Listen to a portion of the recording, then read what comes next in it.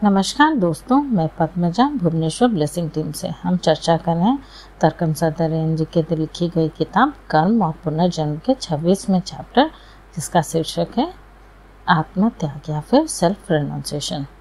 यहाँ पे हमने पिछले प्रकरण में देख लिया था कि एग्जैक्टली ये होता कैसे है और किस प्रैक्टिस के द्वारा ये किया जाता है।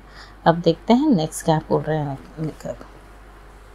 एक सुंदर बहुत ही रोचक ब्रह्मांडीय नियम है जिसके बेसिस के ऊपर ही ब्रह्मांड काम कर रहा है, जिसका उल्लेख शायद ही किसी किताब में किया जाता है। इसका कोई नाम नहीं है, लेकिन पुनर्जन्म, हमारा जो पुनर्जन्म की प्रथा सिस्टम है, इसी नियम के ऊपर आधारित है, जिसे अभी तक मनुष्य ने खोजा नहीं है। ये कानून यह कहता है कि जब कुछ भी एक केंद्र या केंद्र से प्रक्षेपित होता है, वो उसी केंद्र से निकलता है एंड फिर उसी केंद्र में ही वापस आता है। उदाहरण के लिए मान लीजिए मैं एक केंद्र हूँ। मैं अपने विचार, भावनाएं, शब्द, ऊर्जा या अपने कार्य से जो ऊर्जा का क्रिया में विकिरण करता हूँ, मैं जो भी प्रक्षेपित करती हूँ या करता हूँ वो अंतरिक्ष के बाहर जाता है और एक निश्चित वेग के साथ एक निश्चित दूरी तक वो वापस जाता है। फिर कोर को सब कुछ लौटकर वापस आ जाता है।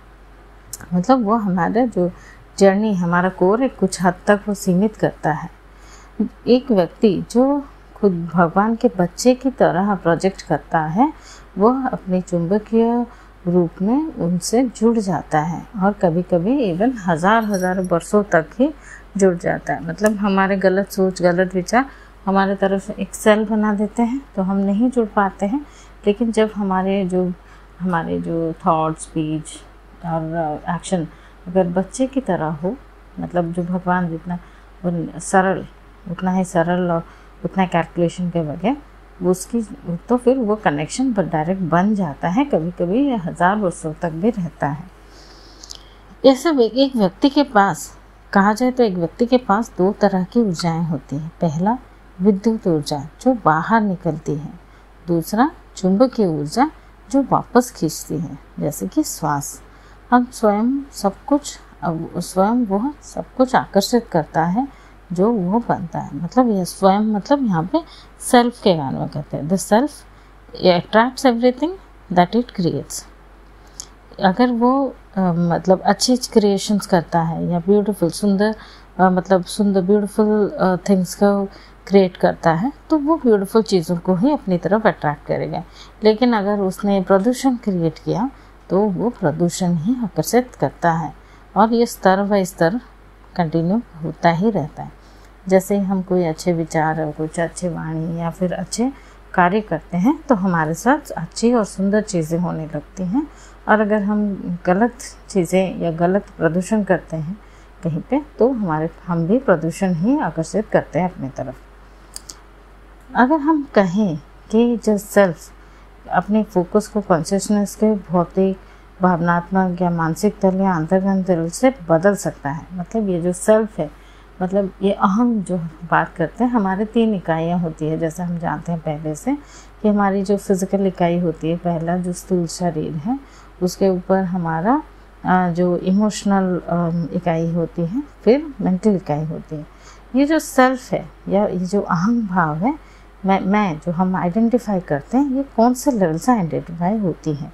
अगर हम फिज़िकल लेवल पे खुद को आइडेंटिफाई करते हैं या फिर मेंटल इमोशनल लेवल पे या फिर मेंटल लेवल पे, तो वहाँ से उसकी मतलब जहाँ से हम ये प्रक्षेपण करते हैं जो भी यूज़ करके, उसी डायरेक्शन में वो आ जाता है। मतलब जब ये तीनों के बियॉन्ड उठ के, इतना खाली हो जाते हैं कि हम ये तीनों के बियॉन्ड उठ जाते हैं, तो हमारा जो वहाँ पे हमारा जो खुद के स्वयं के साथ जो सेल्फ है, हमारा जो रियल आई या कैपिटल आई भी हम जैसे कहते हैं, वहीं पे ही उसके साथ वो यूनियन होती है।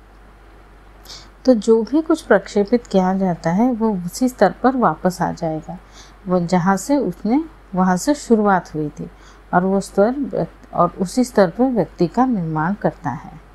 ये जैसा हमने पहले भी मैंने एक्सप्लेन किया उसी तरह से लेखक लिख रहे हैं।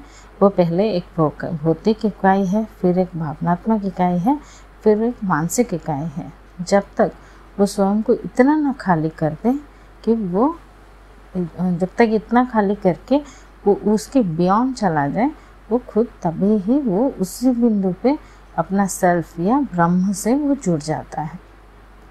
फिर लिखते हैं, ये जो सौर मंडल है, आकाश गंगाएं हैं, जंजीरों के साथ एकजुट होता है, ये सब विकिरण ऊर्जा, विचार, भावना, ध्वनि तरंगों को गोल करता है। मतलब यहाँ पे जो हम जो सारा ही जो दिखता है हमारे पास, ये जो एनर्जीज, जो चेन या सब कुछ हमको इसी के इर्द गिर्द ही घूमता हुआ देखा जाता है। All this radiations are projected into space, returning to the previous form around the nucleus again. मतलब जहाँ से शुरू होती है वहीं पे वापस आके ख़त्म होता है। तो जब ये यहाँ पे जो गूढ़ साहित्य में व एसोटेरिक लिटरेचर में इस प्रोसेस को मानवंतर कहा गया है। मानवंतर यानी प्रलय। प्रलय में एवरीथिंग डिसअपियर्स, मतलब जो इसमें प्रलय में सब कुछ तिरोहित हो जाता है, और मानवंतर में चुंबकीय ऊर्जा से फिर सब सक्रिय हो जाता है और क्रिया का चक्र शुरू हो जाता है। इस चक्र को तोड़ने का रहस्य यही है कि हम ऐसी अवस्था में पहुंच जाएं जहां से हम शारीरिक, भावनात्मक और मानसिक ऊर्जाओं का विकिरण नहीं करते, बल्कि केवल आध्यात्मिक ऊर्जाओं का ही विकिरण करेंगे। इसके लिए कोई प्रक्रिया अलग से नहीं है। मतलब हम ये प्रोसेस को तभी तोड़ पाएंगे जब हम इन तीनों के बियॉन्ड हमारी जर्नी होगी और हम सिर्फ स्पिरिचुअल एनर्जी को ही रेडिएट करेंगे। तो जब ऐसा करेंगे तो हमारा कोई इस चीज़ का कोई रिएक्शन नहीं होता है। तो इस तरह का जो ये ग्रेट लिबरेशन का प्रोसेस है, जिसको निर्वाण कहा जाता है। यदि व्यक्ति अपनी भावना, शरीर और मन के बिना वह आत्मा से विकिरण करता है या आत्मा से कुछ प्रोजेक्ट करता है, तब कोई प्रतिक्रिया नहीं होती और इसी प्रकार उस मनुष्य के सारे कर्मों से वो मुक्त होता है। इसी का ही परिणाम आनंद है, एक ऐसी अवस्था में जिसमें अब वापस आने और बाहर जाने की जो प्रक्रिया है वो समाप्त होती है। व्यक्ति नया हो जाता है, बिना कारण प्रभाव के विद्यमान रह पाता है। मतलब जो हम जानते हैं, जैसे हम कारण और जो प्रभाव में ही हमारी जीवन चलती रहती है, जो कारण रहा वो प्रभाव बनता है और प्रभाव से कारण बन रहा है। तो हमारे बार बार हम जो जन्म ले रहे हैं, जो जन्म मृत्यु का जो साइकिल भी चल रहा है, इसी वजह से ही चल रहा है। लेकिन ये एक स्टेट की बात कर रहे हैं लेकर, जहाँ पे हम आत्मा के लेवल पे बात करते हैं। मतलब हमारी जो सोच रहेगी, हमारी जो वाणी रहेगी या फिर हमारे जो एक्शन होगा, जब हम खुद को आत्मक स्थिति से ही जब हम रेडिएट करेंगे या उस जॉब्स को प्रोजेक्ट करेंगे, तो ये सारे जो हमारे इश्यूज़ हैं, जो सारे जो कर्मा के जो लॉ कॉज एंड इफेक्ट का जो प्रोसेस है वो ख़त्म हो जाता है और कारण और प्रभाव केवल भौतिक, भावनात्मक और मानसिक ब्रह्मांड में मौजूद है। इससे आगे इसका कोई कारण नहीं है। तो ये पुनर्जन्म का जो मूल नियम कहा जाता है, यही चीज़ है जिसको पुनर्जन्म इसी लॉ के बेसिस के ऊपर ही रहता है। तो फ्रेंड्स, अभी तक तो इतना ही, बस आगे और एक प्रकरण में फिर नेक्स्ट हम इसी चैप्टर को ही और कवर करेंगे।